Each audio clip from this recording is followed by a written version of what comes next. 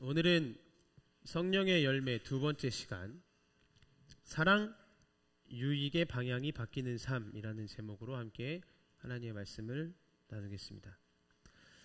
성령의 열매 두 번째 시간입니다. 성령의 열매는 율법 아래에서 내 의지나 내 노력으로 도덕적인 삶을 살아가는 게 아니죠. 율법을 벗어나서 예수님께서 나를 구원하신 것을 깨달은 후에 성령님께 내 자신을 내어드려야 한다고 지난주에 말씀드렸습니다. 그리고 그렇게 할 때 자연스럽게 기쁨으로 내 마음속에서 성령님께서 맺어 가시는 것이 성령의 열매라고 말씀드렸습니다. 결국 우리는 성령의 열매를 맺거나 육체의 열매를 맺거나 이 둘 중 하나의 삶을 살게 된다는 거죠.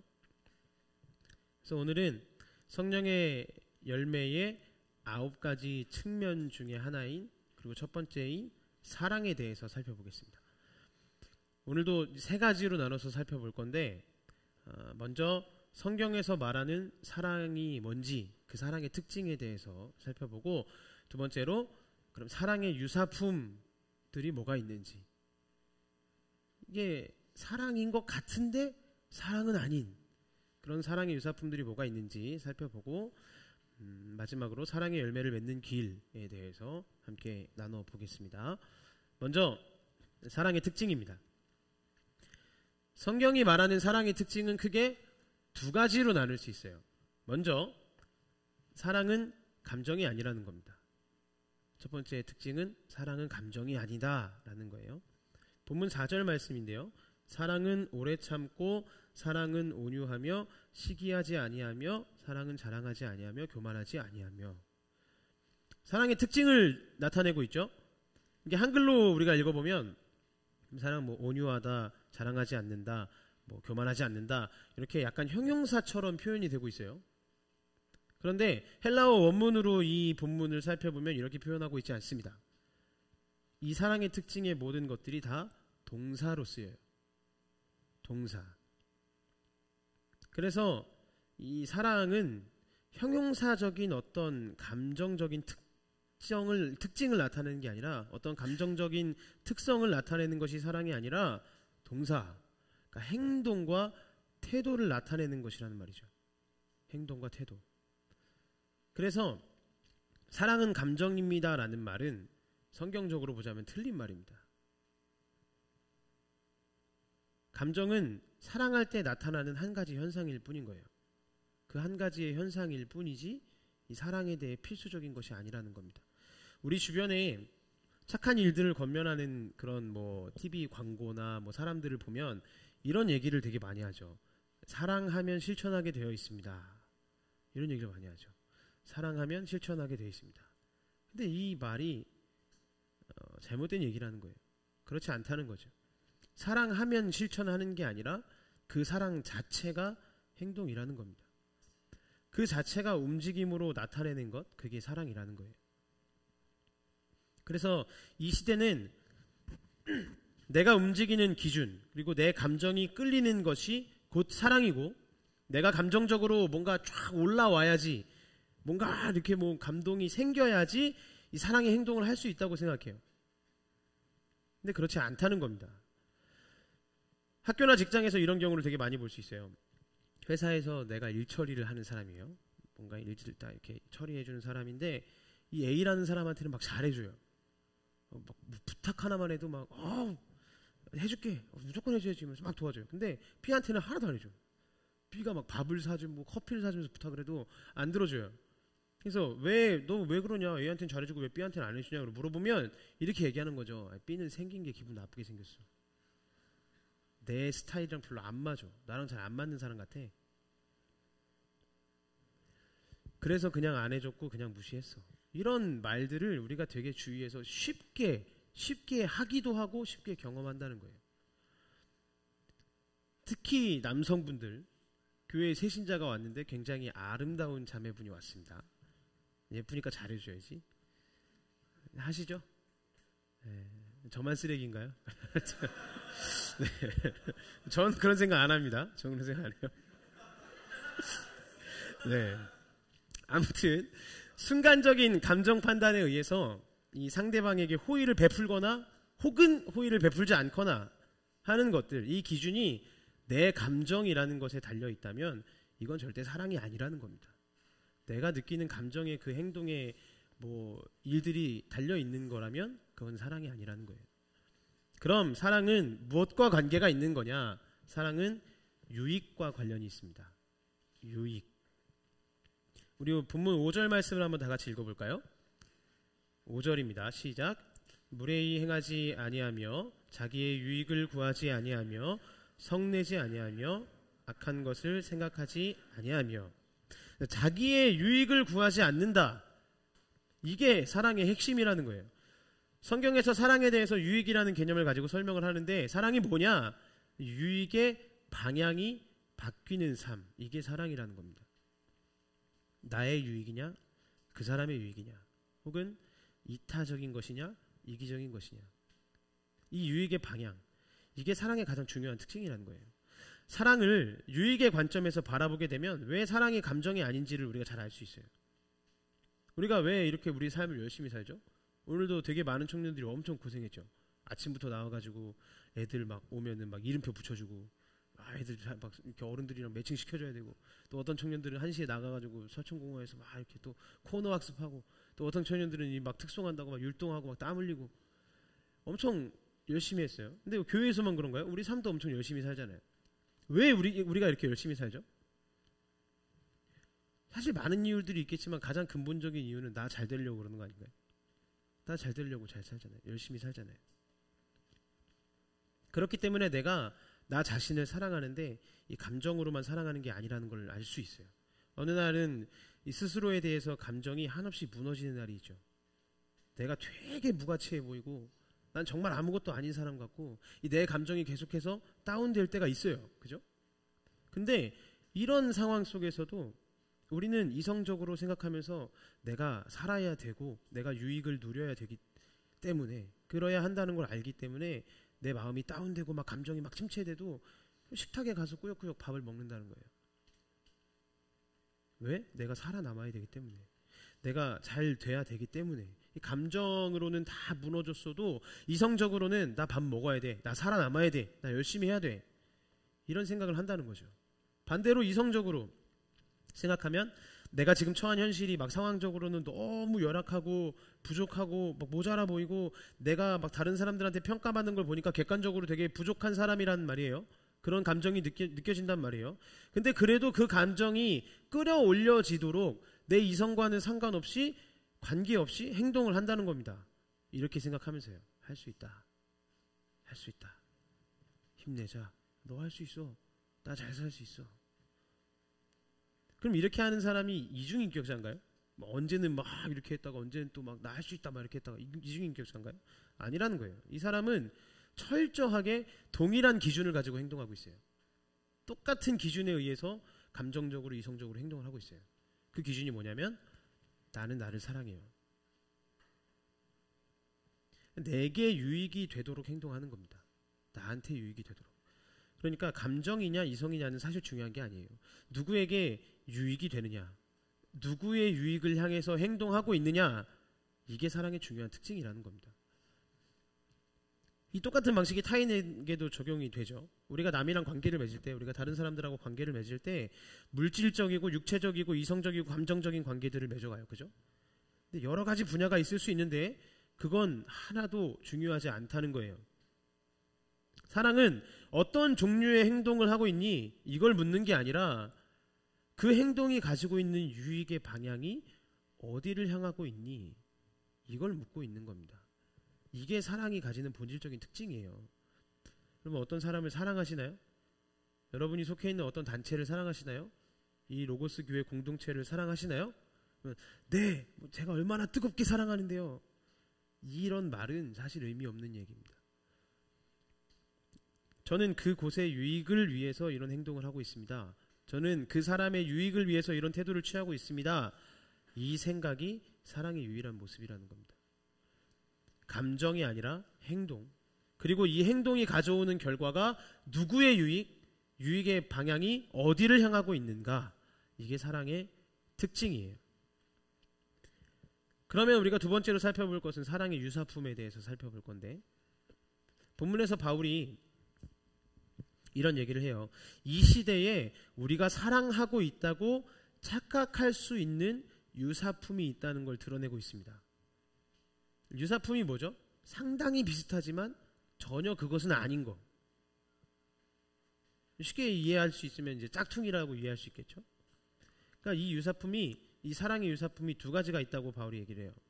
첫 번째는 사랑 없는 은사, 두 번째는 사랑 없는 선행. 이 두 가지가 사랑의 유사품이고 이 두 가지는 절대 사랑이 아니라고 바울이 분명하게 말씀을 하고 있습니다. 오늘 본문 1절과 2절 말씀을 보세요. 내가 사람의 방언과 천사의 말을 할지라도 사랑이 없으면 소리나는 구리와 울리는 꽹과리가 되고, 내가 예언하는 능력이 있어 모든 비밀과 모든 지식을 알고 또 산을 옮길 만한 모든 믿음이 있을지라도 사랑이 없으면 내가 아무것도 아니요. 방언을 하고 천사의 말을 하고 예언을 하고 능력과 재능이 있다는 거예요. 은사를 가지고 있는 거죠. 근데 바울이 지금 이렇게 얘기하는 겁니다. 나 방언해, 그러니까 성령님이 나와 함께 하시는 거야.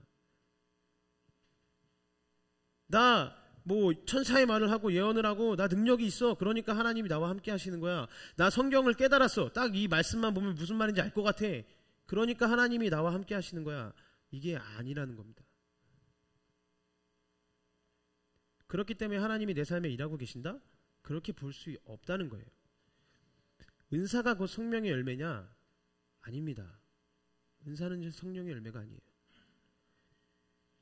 그러나 이 시대는 은사가 곧 하나님이 함께 하시는 것이고 은사가 곧 사랑이다, 이렇게 착각하게 만든다는 거예요. 여러분들이 저를 보면서 그런 생각을 할 수 있겠죠. 와, 저 전도사님 되게 설교 잘하네, 할 수 있겠죠. 예. 담임 목사님 보고 그런 생각할 수 있겠죠. 와, 목사님 설교 진짜 잘하시네. 그러니까 하나님이 진짜 사랑하신 거거나 아니면 예수님을 닮으신 사람인가 봐. 그것과 성령의 열매, 이 사랑과는 전혀 관계가 없다는 거예요. 심지어 가진 능력과 재능과 은사가 하나님과 관련이 있는 것이고 교회와 관련이 있는 일이라고 하더라도 이게 성령의 열매를 맺어가는 삶과 비슷하게 보일 수는 있지만 정말 하나님께서 내 삶에 성령의 열매를 맺어간다는 것과는 무관한 겁니다. 왜냐? 은사가 있는데 사랑이 없는 사람은 그 은사로 얻는 그 유익의 방향이 내 자신을 향해 있기 때문에 그래요. 하나님의 일을 하면서도 내 자신의 유익을 향해 있으니까 하나님의 일을 막 하는데도 온유하지 못하고 오래 참지 못하고 시기하고 이런 일들이 자꾸 나타나는 거예요. 교회나 직장에서 흔히 하는 생각들, 전사님 의사를 한번 생각해 보세요. 이 욕을 막 틱틱하고 되게 신경질적이고 막 너무 성격이 더러운데 싸가지가 없는데 병을 엄청 잘 고치는 의사, 그런 의사가 좋습니까? 아니면 병 하나도 못 고치는데 그냥 친절하고 상담만 잘하는 의사가 좋습니까? 내가 의사로서 보자면 당연히 전자가 좋지 않나요? 대가들은 뭔가 그렇게 막 틱틱거리고 짜증내고 막 성격이 더럽더라도 내 병을 고쳐주는 게 진짜 대가고 의사죠. 하나님의 일도 마찬가지고 이게 중요하다고 얘기를 하는 거예요. 이게 바로 이 시대에서 사랑을 가장해서 우리에게 다가오는 은사의 속임수입니다. 은사가 사랑이다, 이렇게 말을 한다는 거예요. 은사로부터 오는 능력이 사랑이야, 이렇게 얘기를 한다는 거예요. 이 시대에 은사가 참 중요해요. 능력이 참 중요합니다. 그죠? 은사가 있어야 되고 은사를 개발해야 되고 능력을 가지고 있어야 돼요. 아무것도 모르는데 제가 여러분 앞에서 이렇게 설교할 수 없잖아요. 그럼 저는 그 능력을 갖추기 위해서, 그 은사를 개발하기 위해서 노력해야겠죠. 회사에서 능력 있게 일해야 되죠. 능력 없는 것보다 능력 있게 일하는 게 훨씬 좋습니다. 그죠? 내 일을 잘 하기 위해서 은사를 개발해야 돼요. 공부 잘 해야 되죠.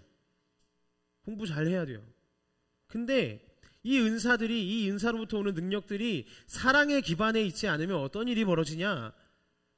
이런 일이 벌어진다는 거예요. 내가 가진 은사와 능력으로 이거를 너한테 베풀 테니까 내가 보이는 무례함들은 네가 감수해. 이런 일이 벌어진다는 거예요. 나는 은사 있으니까, 난 능력 있으니까 내가 편한 방식으로 그냥 널 대할 거야. 나는 은사를 가져서 능력이 있고 널 도와줄 사람이니까 널 막 대해도 되고 험한 말, 일, 그런 것들을 막 시키고 할 권한이 나한테 있는 거야. 이건 사랑이 아니라 유익의 방향이 완전히 자기 자신을 향해 있는 모습인 거죠. 특별히 우리 중에 교회에서 만나는 사람들한테는 엄청 잘해요. 교회에서 사는 그 모습만 보면 막 믿음 진짜 좋아 보이고 너무 착하고 막 너무 훌륭합니다. 근데 집에만 가면 참 이상해져요. 제가 그랬어요. 제가 20대 초반에 한때 그랬습니다. 제가 교회에서는 이제 신학생이고 목회를 할 사람이고 이런 걸 이제 교회 사람들이 알고 있고 그러니까 엄청 착해요. 교회에서 엄청 착하고 진짜 리더도 하고 뭐 찬양인도도 하고 막 이러니까 무조건 칭찬받아요. 제가 되게 많이 들었던 칭찬이 권사님들이 저를 보면 항상 조영남 같다고. 그때 이렇게 뿔테 안경을 끼고 다녔는데, 그러니까 이게 안 좋은 얘기가 아니라 조영남이 노래를 잘하잖아요. 노래를 되게 잘한다는 의미로 조영남 같다고 맨날 이렇게 칭찬해 주셨어요. 이게 교회에서는 그냥 걸어만 다녀도 되게 막 칭찬받고 와 진짜 뭐 사위 삼고 싶다 이런 얘기를 하시는 분들도 있을 정도로 되게 막 그랬어요. 근데 이런 제가 집에만 가면 말 한마디도 안 하고 부모님이 뭐 얘기만 하면 아 됐다고 막 짜증난다고 이랬어요. 집에서 저희 형이 저한테 되게 충격적인 얘기를 했는데 뭐라고 했냐면 야 너는 집에만 오면 왜 그래? 교회에서는 그렇게 열심히 하면서 집에만 오면 왜 그래? 집에서 제가 인정을 못 받으면서 산 거죠. 교회 다니는 사람으로서의 인정을. 이런 사람들이 있어요.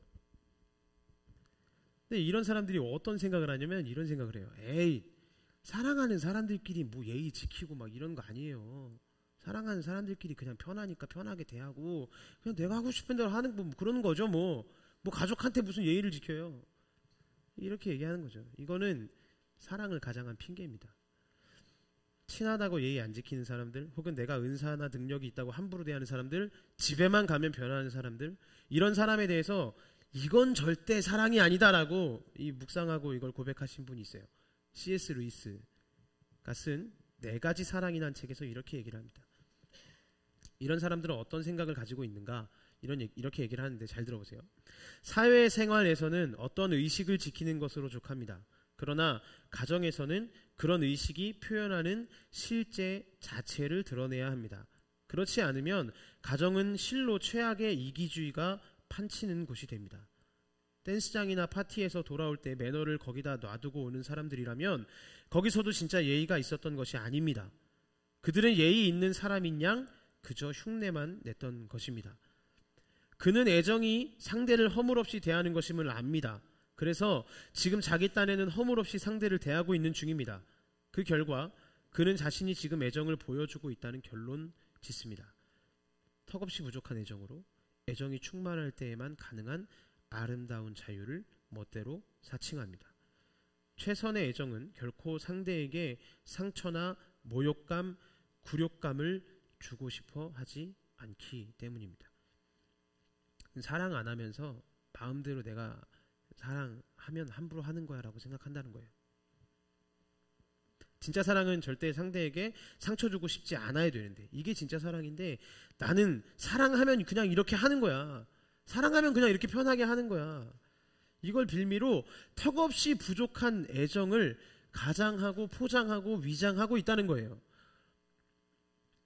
여러분 제가 돈을 벌어왔으니까 제가 제 아내한테 막 큰 소리 쳐도 되나요?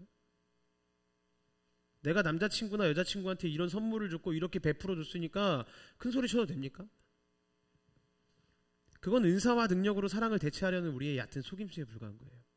내가 뭐 회사에서 내가 능력이 있고 내가 사장이고 부장이고 뭔가 직책이 있으니까 내가 제일 잘 벌고 내가 제일 수고 많이 하니까 밑에 있는 사람들한테 함부로 대해도 되냐는 거예요. 내가 전도사고 설교 준비했으니까 이런 설교한다고 생각해보세요. 내가 전도사야. 나 설교 준비 진짜 열심히 했어. 그러니까 당신들은 그냥 제가 하는 얘기 따라오세요. 제가 얘기하는 얘기 그냥 들으세요. 이렇게 설교한다고 생각해보세요.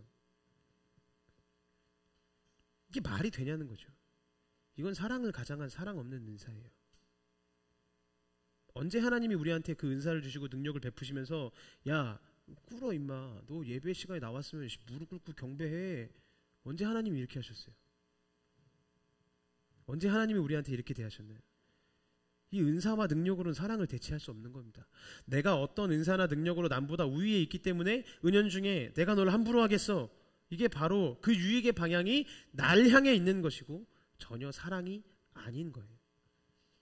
그런데도 이 시대는 그 은사와 능력을 가장해서 사랑이 없는 은사임에도 불구하고, 사랑이 없는 능력임에도 불구하고 사랑이 있는 사람인 것처럼 속이고 다닐 거야. 이게 바울이 오늘 고발하고 있는 내용입니다. 바울이 갈라디아 교회 성도들에게 편지를 썼어요. 이게 갈라디아서죠. 갈라디아 지방에 바울 말고 은사를 가지고 능력을 가진 거짓 선지자들이 나타나요. 사람들이 이 은사와 능력을 보고 막 그들을 따라다니기 시작합니다. 근데 바울이 계속해서 말합니다. 저 사람들을 주의해야 돼요. 저 사람들 조심해야 돼요. 저 사람들 따라다니시면 안 돼요. 사람들이 이상한 거죠. 왜 경계해야 되지? 왜 조심해야 되지? 아니 왜 은사도 있고 능력도 있잖아. 그 능력들이 내 눈앞에 보이는데 저 사람들을 왜 조심해야 돼요? 팀 켈러 목사님이 이 말을 풀어서 자기 주석에서 이렇게 설명을 하고 있어요. 왜 거짓 선지자가 문제가 되는가? 복음의 에너지로 하는 사역에서는 그 지도자들에게 정서적으로 의존하는 추종자들이 없어도 된다. 구원이 믿음을 통해 온다고 확신하기 때문에 하나님을 기쁘시게 하려고 애쓴다. 반면 이 거짓 선생들은 구원을 확신하기 때문에 사역하는 것이 아니라 구원을 확신하고 획득하기 위해서 사역을 한다. 즉 거짓 선생들이 감정적으로 자신들을 찾는 이들을 거느려야 직성이 풀린다는 뜻이다. 그들에게 순종하고 그들을 우러러보며 결국은 그들에게 목을 매는 회심자와 제사들이 있어야 한다. 그럴 때에만 자신들은 하나님이 참으로 복주시고 사랑하시는 좋은 선지자임을 확신할 수 있다. 내가 은사를 가지고 내가 능력을 베푸는데 조건이 있다는 거예요. 어떤 조건? 끝없는 추종. 내가 너한테 능력을 베풀 거야. 내가 너한테 내가 가지고 있는 은사로 너를 다듬어 줄 거야. 너를 보듬어 줄 거야. 너를 안아줄 거야. 너한테 베풀어 줄 거야. 그 결과와 반응을 나한테 하라는 거예요. 나한테. 내가 더 많은 은사와 능력을 갖고 있어. 그러니까 나 따라와야 돼. 딴 데 가지 마. 나 따라와야 돼. 딴 데 가면 그거 못 얻어. 이게 거짓 선생들의 특징이라는 거예요. 이 시대에 되게 많은 사람들이 내가 너한테 뭘 줄 거야. 내가 너한테 뭘 해줄 거야. 내가 널 도와줄 거야. 어떤 정보를 줄 거야. 내가 너의 진로를 이끌어 줄게. 여기서 끝나는 게 아니라 그러니까 따라와. 여기까지 간다고요. 그러니까 따라와. 너 나 필요하지? 나한테 말하고 나한테 기대해. 너한테 그 방법밖에 없을걸? 은사와 능력으로 사랑인 것처럼 위장하는 거예요. 이건 절대 사랑이 아닙니다. 착각하면 안 돼요. 하나님이 우리에게 은사를 주셨나요? 우리에게 능력을 주셨습니까? 그 능력을 가지고 계신가요? 그 은사를 가지고 계신가요? 하나님이 높은 자리에 앉게 하셨나요? 그러므로 사랑을 제쳐두고 저 사람을 함부로 대해도 된다? 내가 무조건 저 사람한테 받아야 되고 저 사람은 무조건 나만 따라와야 된다? 이 생각은 하나님의 대적이고 하나님의 원수의 행동이고 생각이라는 겁니다. 두 번째 유사품은 사랑 없는 선행이에요. 남을 위해서 내가 선행을 하는 것도 전혀 사랑이 아닐 수 있다는 겁니다. 우리 3절 말씀을 한번 다 같이 읽어볼게요. 3절입니다. 시작. 내가 내게 있는 모든 것으로 구제하고 또 내 몸을 불사르게 내줄지라도 사랑이 없으면 내게 아무 유익이 없느니라. 아멘. 자기 유익을 추구하지 말라면서요. 그러면 남을 위해서 뭘 하라는 거 아닌가요? 전사님, 자기의 유익을 추구하지 말라면서요. 그러면 남을 위해서 뭘 하라는 거 아니에요? 남을 위해서 베풀고 살라는 거 아니에요? 근데 남을 위해서 자기 삶을 아무리 불태우는 사람도 사랑이 없다면 아무 의미가 없는 육체의 열매를 맺을 수 있다는 거예요. 한 어머니가 계셨어요. 이분이 가족들에게 너무 헌신적이에요. 너무 헌신적이에요. 인생의 목표가 가족을 위해서 사는 거다라고 할 정도로 너무 헌신적이에요. 혼자 빨래 다 하고 청소 다 하고 집안일 다 하고 아들 딸 방 치워주고 가족의 일들을 다 해줘요. 누군가가 늦게 들어오면 끝까지 안 자고 기다렸다가 뭐 먹을래? 배고프지 않니? 엄청 과도한 헌신을 계속하는 거예요. 이게 어떻게 될까요? 이 가족이 점점 힘들어져요. 엄마가 나를 엄청 사랑해 주시는 건 알겠는데, 나를 위해 주시는 건 알겠는데 왜 이렇게 나한테 강박적으로 하지? 엄마한테 엄마 나 오늘 늦어요. 먼저 주무세요. 제발 기다리지 말고, 내가 부담스러우니까 기다리지 말고, 죄송스러우니까 먼저 주무세요. 근데 엄마가 이렇게 얘기하는 거예요. 아니야, 난 널 사랑한다니까. 난 널 사랑하니까 기다릴 거야. 이렇게 얘기한다는 거예요. 절대 안 자. 새벽 3시, 4시에 들어와도 엄마가 깨 있어요. 막 그때 막 과일 깎아줄까 막. 이렇게 가족들을 막 무리하게 계속 섬겨요. 무리하게. 근데 이 이야기에 너무 슬픈 점이 뭐냐면 엄마가 돌아가신 그 순간에 이 가족이 어떻게 됐냐? 안식을 찾았어요. 물론 엄마가 돌아가신 게 너무 슬프지만 엄마 돌아가신 게 너무 슬프지만 이제 좀 내 삶이 편하게 살 수 있겠구나. 왜 이런 일들이 벌어질까요? 엄마가 타인을 위해서 살았죠. 그죠? 엄마는 가족을 위해서 자기 자신이 아닌 타인을 위해서 살았어요. 가족을 위해서 선행을 베푸신 거 맞죠? 그런데 함정에 빠지신 거예요. 타인의 유익을 구하는 사람들이 정말 빠지기 쉬운 그 행동이 뭐냐? 그 유익이 조건을 딱 하나 붙이는데 그게 뭐냐? 오직 그 유익은 나를 통해서 가야 된다는 겁니다. 내가 선행을 베풀 거야. 내가 잘해줄 거야. 내가 타인의 유익을 위해서 애쓸 거야. 근데 그거는 나를 통해서 해야 돼. 나를 통해서만 해야 돼. 내가 너를 도울 건데 그 도움을 무조건 너는 나를 통해서만 받아야 돼. 자기중심적인 행동. 이건 선행을 가장한 자기 유익을 추구하는 일일 수 있다는 거예요. 모성애가 많은 사람들, 정말 자식을 많이 사랑하는 사람들, 이런 사랑을 추구하는 사람들에게 이렇게 행동해야 된다고 C.S. 루이스가 이어서 얘기를 하고 있어요. 사랑은 포기를 위해 일해야 합니다. 포기를 위해. 자신이 불필요한 존재가 되는 것을 목표로 해야 합니다.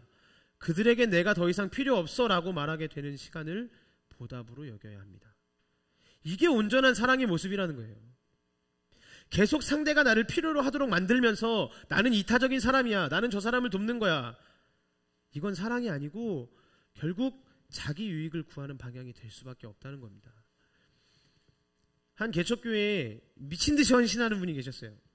막 월급 받으면 막 다 헌금해요. 그런 분. 목사님이 막 뭐 힘들다 그래요. 이제 이걸 준비해야 될 것 같은데 재정이 너무 부족합니다. 막 힘들다 그래요. 그러면 막 다 갖다 바쳐요. 자기 거를. 막 뭐 있는 걸 팔아서 막 갖다 바쳐요. 교회를 위해서, 목사님의 사역을 위해서 물질의 전부를 막 드리는 거죠.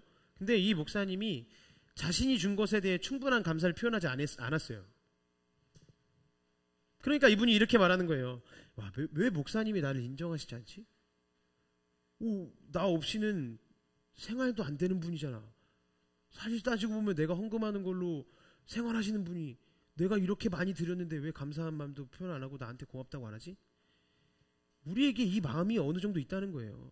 왜 나를 안 챙겨주지? 내가 뭐 안 해주면 안 돌아가잖아. 내가 헌신하지 않으면, 내 헌신 없으면, 내가 노력하는 거 없으면 아무것도 안 되는 거 알면서 왜 이렇게 신경 안 쓰지? 저 교수님, 내가 안 도와주면 시험 채점도 못하고 준비도 잘 못하실 거면서 왜 나한테 고마워하지 않지? 저 과장님, 내가 성실하게 일 안 하면 맨날 자기가 혼나고 일 빵꾸 날 거 뻔히 알면서 왜 나한테 고마워하지 않지? 이건 뭐냐? 지금까지 내 선행은 자기 유익이었다는 거예요. 남을 위한 것처럼 일하지만 결국 그 안에는 내 유익을 위한 마음이 있었다는 겁니다. 그 대상이 계속 나를 필요로 하는 존재로 머물도록 만들고 싶다는 거예요. 3절 말씀을 다시 한번 보세요. 내가 내게 있는 모든 것으로 구제하고 또 내 몸을 불사르게 내줄지라도 사랑이 없으면 내게 아무 유익이 없느니라. 사랑은 타인의 유익을 구하는 거 맞아요. 근데 무조건 나를 통해서 받아야 된다? 이게 엄청 이타적인 것처럼 보이지만 이기적인 사랑의 유사품에 불과하다는 겁니다. 내가 계속 섬겨주겠다. 얼마나 이타적이에요. 그죠? 얼마나 남을 위하는 마음입니까? 그런데 조건이 있다는 거예요. 상대가 나를 필요로 해야만. 상대가 나를 필요로 해야만 내가 널 도와줄 거야. 나를 필요로 해야만 내가 그걸 베풀겠다. 그래야 이 귀한 일을 했다고 인정받을 수 있다는 생각. 이건 사랑이 아니라 사랑의 유사품입니다. 이게 이 시대에 나타나고 있는 두 가지 사랑의 유사품이에요. 여러분, 능력이 있으시고 은사가 있으십니까? 그 능력과 은사로는 사랑을 대체할 수 없습니다. 그렇게 대체할 수 있다는 건 이 시대의 거짓말이에요. 여러분, 누군가에게 선행을 베푸셨나요? 타인의 유익을 위해 일하셨습니까? 근데 그건 나를 통해 흘러가야지, 나를 통해 이루어져야지. 나는 이타적인 사람이니까. 이것도 이 시대가 말하는 거짓말에 불과한 거예요. 그러면 우리가 사랑의 열매를 어떻게 맺을 수 있을까요? 성경이 말하는 온전히 타인을 위하는 삶, 이 유익의 방향이 바뀌는 삶, 이걸 우리가 어떻게 경험하고 살 수 있을까요? 오늘 본문의 4절에서 7절 말씀을 잘 읽어야 됩니다. 이 부분을 읽을 수 있는 방법이 두 가지가 있어요. 두 가지가 있는데 이걸 잘 이해하셔야 돼요. 잘 들어보세요. 첫 번째 방법은 뭐냐? 내가 이렇게 행동하면, 이제 4절에서 7절까지 뭐 사랑은 오래 참고 온유하고 시기하지 않고 자랑하지 않고 교만하지 않고 불행하지 않고 뭐 유익을 구하지 않고 어쩌고 이렇게 사랑의 모습이 나와 있으니까 내가 이렇게 행동하면 하나님이 기뻐하시겠구나. 내가 이렇게 사랑의 모습을 보이면 하나님이 좋아하시겠구나. 내가 이 사랑의 모습을 가지면 하나님이 나를 사랑해 주시겠구나. 이렇게 읽는 방법이 있어요. 그리고 또 다른 방법은 뭐냐? 사랑이 이렇게 움직인 거구나. 이 사랑을 가진 어떤 한 사람이 나를 향해서 이렇게 움직였구나. 이렇게 읽을 수 있어요. 이 두 가지 방법에 따라서 이 말씀을 근거한 우리의 삶이 판이하게 달라질 수 있습니다. 이 4절에서 7절 말씀을 먼저 첫 번째 방법과 같은 방법으로 읽으면 이게 우리한테 재앙이 돼요. 재앙. 왜 그런지 한번 볼까요? 사랑은 오래 참고 사랑은 온유하며 시기하지 아니하며 사랑은 자랑하지 아니하며 교만하지 아니하며 무례히 행하지 아니하며 자기의 유익을 구하지 아니하며 성내지 아니하며 악한 것을 생각하지 아니하며 불의를 기뻐하지 아니하며 진리와 함께 기뻐하고 모든 것을 참으며 모든 것을 믿으며 모든 것을 바라며 모든 것을 견디느니라. 자, 우리가 이 말씀을 이렇게 살면 하나님이 기뻐하신다, 이렇게 읽었다고 생각해 봅시다. 그러면 우리가 이렇게 살고 있어요? 못 살고 있어요? 저는 그렇게 못 살고 있어요. 내가 이렇게 못 살고 있는데 이렇게 살아야지? 이렇게 생각하면 우리가 견딜 수 없는 거예요. 나는 지금 오래 참고 있지도 못하고, 나는 지금 성내고 있고 불의를 기뻐하고 있고 진리와 함께 기뻐하고 있지도 않아요. 근데 말씀은 그렇게 살래요. 그러면 그래야지 하나님이 기뻐하신대요. 이게 우리 삶에 엄청난 부담감으로 다가오는 겁니다. 어떻게 저렇게 살지? 내가 예수님이야? 내가 어떻게 그렇게 살아?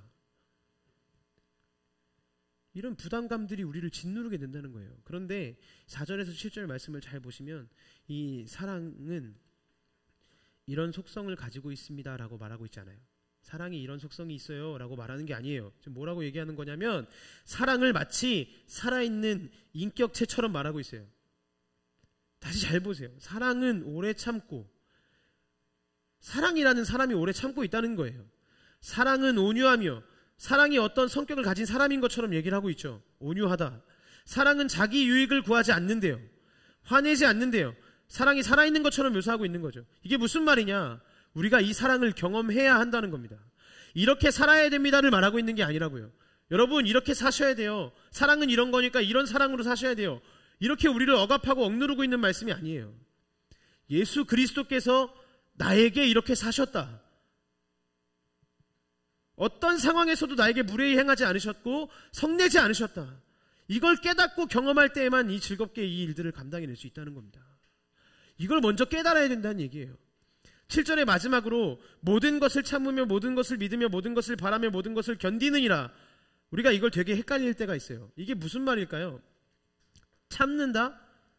모든 것이란 말은 어떤 상황에서라도 라고 생각하면 돼요. 이렇게 해석하면 됩니다.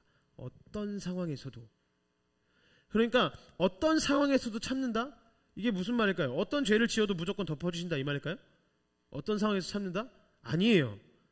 어떤 죄를 지어도 무조건 덮어줄 거야 이게 아니라 어떤 죄를 짓고 어떤 상황에 있어도 내가 널 도와줄 거야.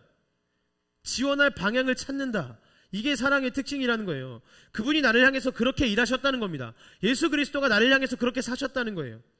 모든 것을 믿는다. 이 말은 뭐냐면 네가 거짓말을 하고 네가 나한테 아무리 뻥을 쳤어도 내가 널 믿어줄게 이 말이 아니에요. 네가 의심하게 하고 네가 나에게 신의를 저버렸을 때라도 나는 지금부터 다시 너를 신뢰할 거야. 이 말이라는 겁니다. 모든 것을 바란다. 네가 악한 행동을 해도 내가 널 바랄게. 이 말이 아니에요. 이런 뜻이 아니라 너의 삶에 소망이 있다는 것을, 네가 아무리 어떤 악한 행동을 했어도, 네가 죄를 지었어도 너의 삶에 그 소망이 있다는 것을 내가 계속해서 바라보겠다. 이 말이에요. 모든 것을 견딘다. 상황에 무게와 관계없이 모든 짐을 지던 무거운 짐을 지던 가벼운 짐을 지던 내가 너를 지지하고 내가 너를 이끌겠다. 예수님께서 우리를 위해 그렇게 사셨다는 겁니다. 사랑을 사람처럼 묘사하고 있어요. 사랑이 지금 나에게 그렇게 일하신다는 거예요. 나를 그렇게 감싸고 계시다는 겁니다. 왜 우리가 이 본문을 이렇게 읽어야 되냐? 전사님 그냥 보이는 대로 읽으면 쉽잖아요. 왜 이렇게 어렵게 이해도 안 가게 읽어야 돼요? 이 본문을 남을 사랑하는 법, 사랑으로 행동하는 법 이렇게 읽어버리면 우리는 오히려 교회를 다니지 않는 사람보다 훨씬 더 많이 무너지고 훨씬 더 많이 타락할 거예요. 무슨 말이냐면 스스로 불쌍해지는 순간 우리는 속는 거라는 거예요. 사랑으로 이렇게 살래요. 사랑으로 이렇게 살아야 되는구나. 내가 교회를 다니니까 이렇게 살았어요. 어떻게든 사랑으로 살아보려고 이 행동들을 하려고 노력했어요. 근데 스스로에게 손해보는 마음이 생기는 거죠. 아니 예수 믿는 사람은 다 그래야 돼? 내가 교회 다닌다고 해서 맨날 참아야 돼? 내가 교회 다닌다고 해서 맨날 내가 불쌍해야 되고 내가 맨날 져줘야 되고 스스로 손해보는 마음이 생기기 시작해요. 자기 연민이 들기 시작한다는 거예요. 왜 저 사람은 저렇게 사역을 잘하다가 우리가 이런 생각 많이 하잖아요. 기독교에 보면 되게 잘 나가고 엄청 성공하고 너무 은혜로웠던 목사님들이 막 넘어지는 순간들을 많이 보죠. 이런 이유 때문이라는 거예요. 자기 연민에 빠져서. 왜 저 사람이 저렇게 사역을 잘하다가 횡령을 저지르지? 왜 저 사람은 저렇게 성적인 타락을 왜 하는 거지? 왜 그러냐? 이게 원인이라는 거예요. 자기 연민이. 내가 이렇게 살아야 하나님이 나한테 기뻐하신다. 내가 이 사랑의 모습들을 행하고 어떻게든 내가 힘들던 내가 지치던 내가 넘어지던 상관없이 내가 이 행동을 해야 돼. 그래야 하나님이 기뻐하신다. 이렇게 생각하잖아요. 그럼 계속 참아요. 교회를 다니니까 참겠죠. 참아요. 참고 또 참아요. 온유해요. 시기하지 않으려고 막 해요. 근데 그러다 보면 내 마음이 불쌍해진다는 거예요. 좀 더 쉽게 얘기해 볼까요? 제가 청년들을 만나러 신방을 막 다녀요. 돈을 꽤 쓰겠죠? 제가 이렇게 사주고 이렇게 하니까 돈을 쓸 거예요. 밥도 사주고 커피도 사주고 하다 보면 가진 돈은 별로 없는데 막 돈을 쓰게 되죠. 제가 사실 장교 생활할 때보다 지금이 좀 더 못 벌어요. 좀 더 못 버는데 저는 가정이 생겼잖아요. 그래서 제가 불쌍해지는 거예요. 이제 입이 2개로 늘었는데 나는 아이도 낳아야 되는데 돈을 언제 모으고 어떻게 하지? 막 불쌍해져요. 근데 그러면서 무슨 마음이 드냐? 내가 불쌍해지면서 무슨 마음이 드냐? 그래도 이게 사랑이지. 하나님이 기뻐하시겠지. 내가 이렇게까지 행동하는데 하나님이 알아주시겠지. 안 알아주시겠어? 이런 마음이 생각하는 거예요. 자기 연민에 빠지게 돼요. 이게 신앙인 것 같으신가요? 이건 신앙이 아니에요. 이건 속임수라고요. 다른 사람들은 그냥 예배만 드리고 집에 가는데 나는 찬양팀으로 봉사하고 교사로 봉사하고 나는 목자로 막 팀장하고 여러 가지 난 되게 많이 애쓰네.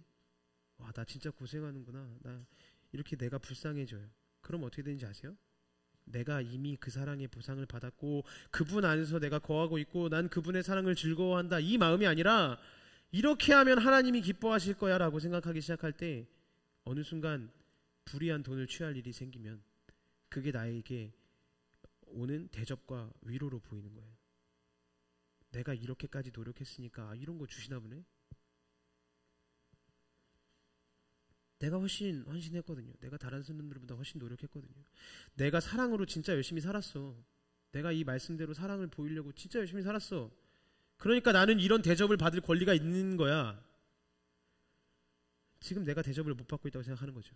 내 눈앞에 어떤 여자가 보이면 이게 내 위로로 다가오는 거예요. 나 지금까지 되게 헌신했어. 나 엄청 참아왔어. 엄청 말씀대로 살려고 노력했어. 그러니까 거기서 위로를 받고 싶은 거죠. 나한테 잘못된 것들이 찾아오고 유혹들이 찾아올 때 거기서 위로를 받고 싶은 거예요. 나에 대한 보상으로 느껴지는 거예요. 사역자들이 엄청 참다가 훨씬 더 많이 화를 낼 때가 있어요. 왜? 이렇게 하면 하나님이 기뻐하실 거라고 했는데, 이렇게 내가 참고 온유하고 내가 착하게 굴면 하나님이 기뻐하실 거라고 했는데 넌 왜 이렇게 내가 수고하고 있는 걸 몰라주냐? 이 마음이 있는 거예요. 엄청 사랑인 것 같지만, 이게 엄청 사랑의 모습인 것 같지만 하나님께서 주신 사랑을 1도 못 느끼고 못 즐기고 있다는 겁니다. 그분의 사랑, 이 4절부터 7절까지 그분의 사랑이 이미 나에게 있고 나에 대해서 모든 것을 참으며 모든 것을 믿으며 모든 것을 견디는 그 예수님이 나의 하나님 어찌하여 나를 버리셨나이까? 나 대신 그 삶을 사시면서 내 삶을 온전히 감당해내게 하실 것이다. 이미 나를 그분이 온전히 인정하셨다. 나는 그 안에서 즐거워할 수 있다.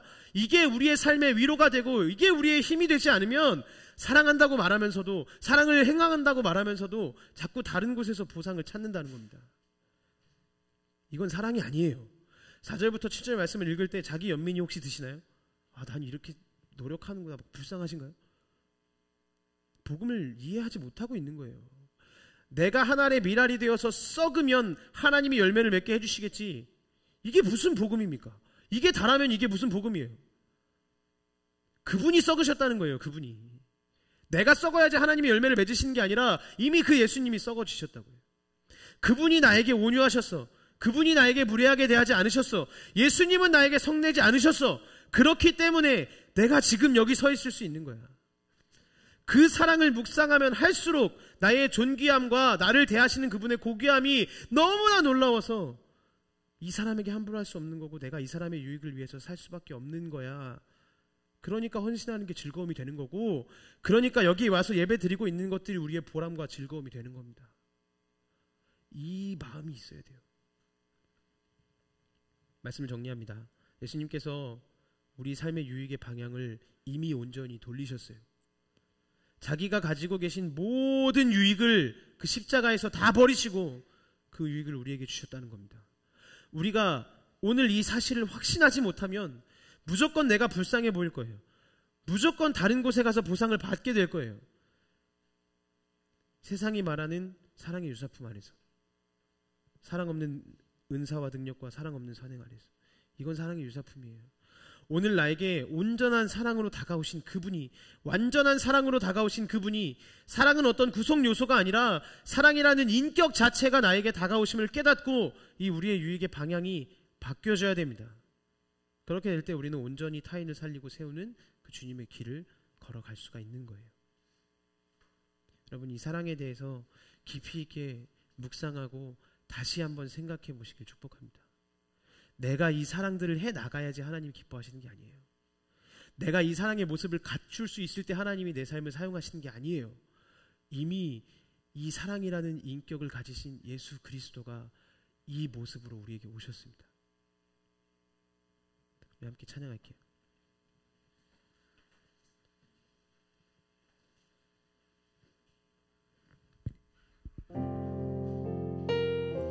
이 시간 찬양의 가사를 마음속 깊이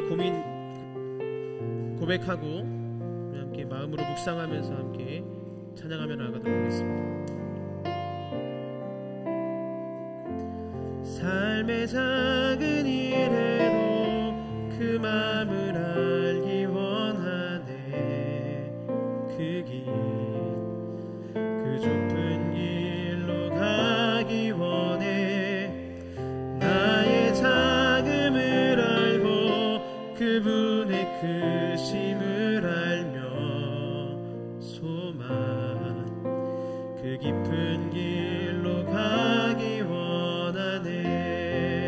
너 삶의 작은 일에도, 삶의 작은 일에도 그 마음을 알기 원하네. 그 길, 그 좁은 길로 가기 원해.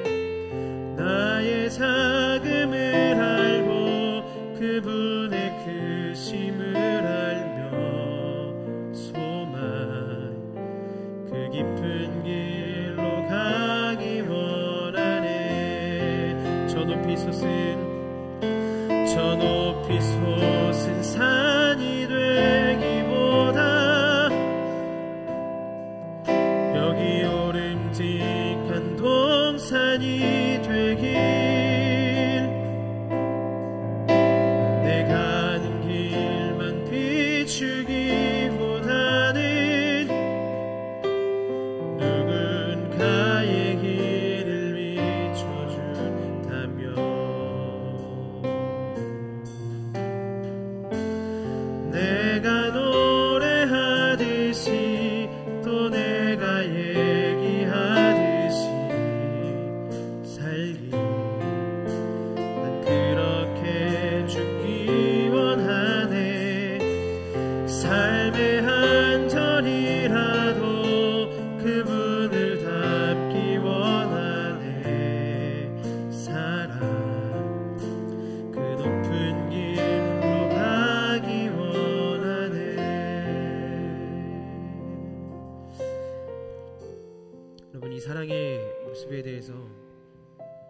다시 한번 묵상해 봅시다. 사랑은 오래 참고, 사랑은 온유하며 시기하지 아니하며, 사랑은 자랑하지 아니하며 교만하지 아니하며 무례히 행하지 아니하며 자기의 유익을 구하지 아니하며 성내지 아니하며 악한 것을 생각하지 아니하며 불의를 기뻐하지 아니하며 진리와 함께 기뻐하고 모든 것을 참으며 모든 것을 믿으며 모든 것을 바라며 모든 것을 견디느니라. 여러분, 이게 우리에게 찾아오신 예수님의 사랑입니다. 사랑의 인격은 그 예수 그리스도께서 이미 이 모습으로 우리에게 오셨어요. 이미 이 모습으로 우리를 인정해 주셨습니다. 자신이 가지고 있는 모든 삶의 유익을 십자가에서 버리시고 그 유익을 우리에게 주셨어요. 근데 왜 우리는 그 유익을 못 누리며 살고 있습니까? 왜 우리는 그 유익을 누리지 못하며 살고 있나요? 사랑을 하는 게 힘드십니까? 오래 참는 게 힘드십니까? 시기하지 않는 게 힘드세요? 자랑하지 않는 게 힘드십니까? 교만하지 않는 게 힘드십니까? 모든 것을 참고 믿고 바라고 견디는 게 너무나도 죽을 만큼 힘들고 그걸 못해서 너무 어려우세요? 왜 그럴까요? 이미 이 사랑의 인격이신 예수님이 우리 삶에 오셨는데 우리는 그 삶을 따라 사는 것이 왜 힘들까요? 그 인격이신 예수님을 바라보지 못하고 있는 거예요. 그 사랑의 인격으로 오셔서 우리에게 이미 그 사랑을 베풀고 계신 그 예수님이 내 삶에 느껴지지 않는 겁니다. 내 삶에 경험되어지지 않는 거예요. 그것이 없이 단순히 이 말씀이 내가 지켜야 하는 거고 내가 이걸 지키지 않으면 하나님이 나와 함께 하시지 않는다라고 생각을 하니까 그러니까 어려운 거예요. 그러니까 막 죽을 것 같고 저 미운 사람을 내가 어떻게 이해해? 저 말도 안 되는 상황을 버려놓은 저 사람을 내가 어떻게 인정해야 돼? 그러니까 이것 때문에 힘든 거라고요. 그 마음 이전에 우리한테 이미 이 사랑의 인격으로 오신 그 예수님이 있다는 사실을 고백하셔야 됩니다. 이게 우리의 마음속에 믿어져야 돼요.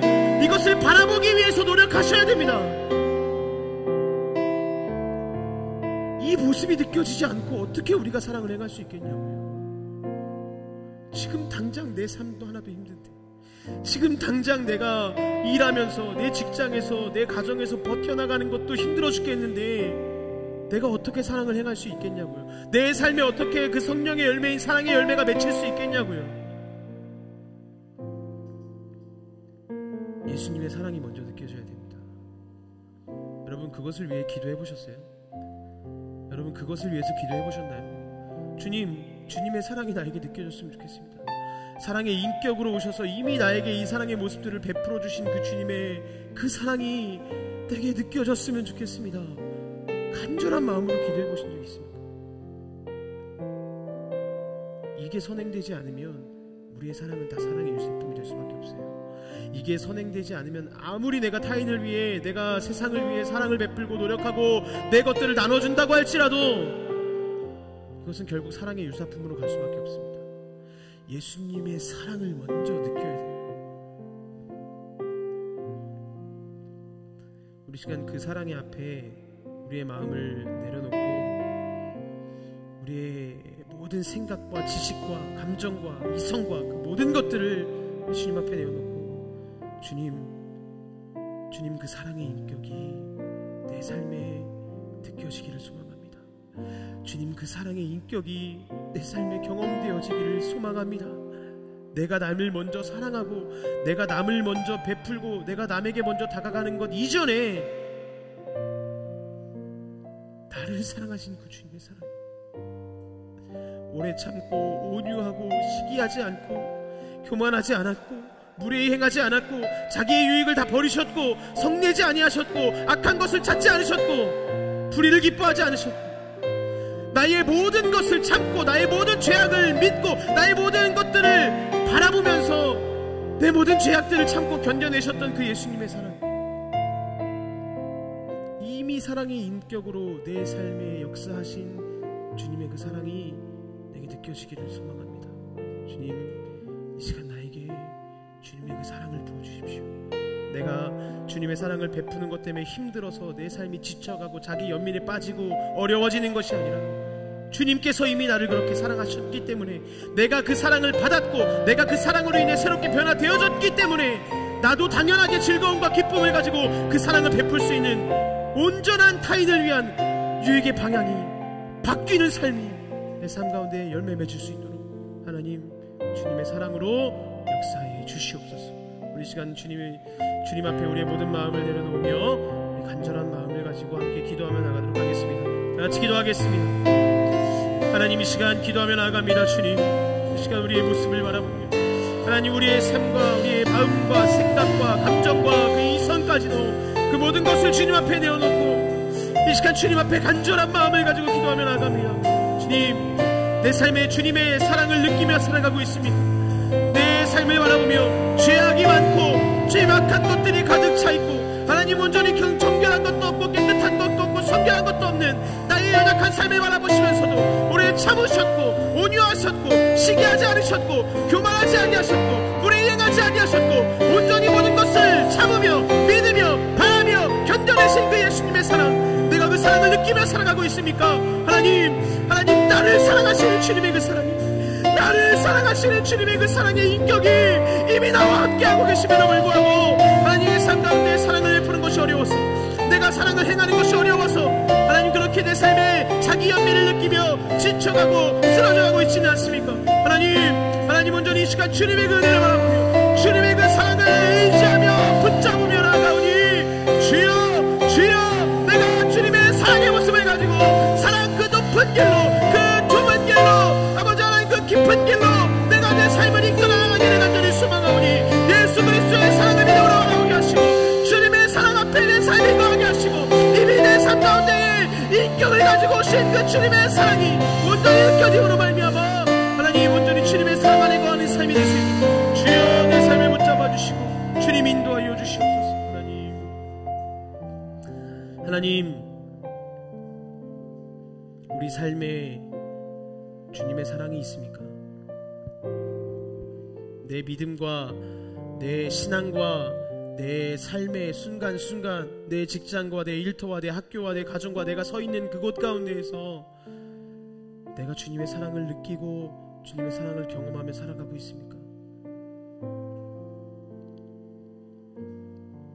이것이 없이는 내가 사랑을 행할 수 없고 이것이 없이는 내가 사랑의 행동과 태도를 보일 수 없는데 내 삶에 이것이 온전하게 자리 잡고 있습니까? 하나님, 우리의 마음의 눈을 주님 열어주시옵소서. 이미 그 사랑의 인격으로 내 삶 가운데 찾아오셔서 이 사랑의 모습대로 우리를 사랑하셨고 결국에는 모든 것을 참으며 모든 것을 믿으며 모든 것을 바라며 우리의 모든 것을 견뎌주셨던 주님의 그 사랑이 내 삶에 지금 이 순간에도 함께하고 있다는 것이, 지금도 그 사랑의 인격이 나의 삶을 이끌고 계시고 나의 삶에 그 사랑을 부어주시고 보여주시고 행하고 계시다는 그 사실을 온전히 느끼며 살아갈 수 있도록 주님, 우리의 삶에 주님께서 함께 하시고 우리의 영적인 마음의 눈을 주님께서 인도하시고 활짝 열어주시옵소서. 주님, 그렇게 될 때 우리가 사랑을 행하는 것이 힘들어지지 않고 내가 누군가의 유익을 위해 행동하는 것들이 사랑 없는 선행, 사랑 없는 은사의 모습이 아니라 온전히 타인을 위해 온전히 나의 유익의 방향이 바뀐 사랑의 열매를 내 삶 속에서 맺어 갈 줄로 믿사오니 주님, 주님의 그 사랑을 느끼기 위해 이미 나를 사랑하고 계시는, 이미 나와 함께하고 계시는 주님의 그 인격의 사랑을, 주님의 그 사랑의 인격을 날마다 구하고 느끼고 경험할 수 있도록 우리 청년들 한 사람 한 사람의 삶을 붙잡아 주시고 주님께서 축복하시고 주님께서 임재해 주시옵소서. 함께 하실 주님을 기대하며 감사를 드리며 모든 말씀 예수님의 이름으로 기도드렸습니다. 주기도 오늘의 예배를 마치겠습니다. 하늘에 계신 우리 아버지, 아버지의 이름을 거룩하게 하시며 아버지의 나라가 오게 하시고 아버지의 뜻이 하늘에서와 같이 땅에서도 이루어지게 하소서. 오늘 우리에게 일용할 양식을 주시고 우리가 우리에게 잘못한 사람을 용서하여 준 것 같이 우리 죄를 용서하여 주시고 우리를 시험에 빠지지 않게 하시고 악에서 구하소서. 나라와 권능과 영광이 영원히 아버지의 것입니다. 아멘.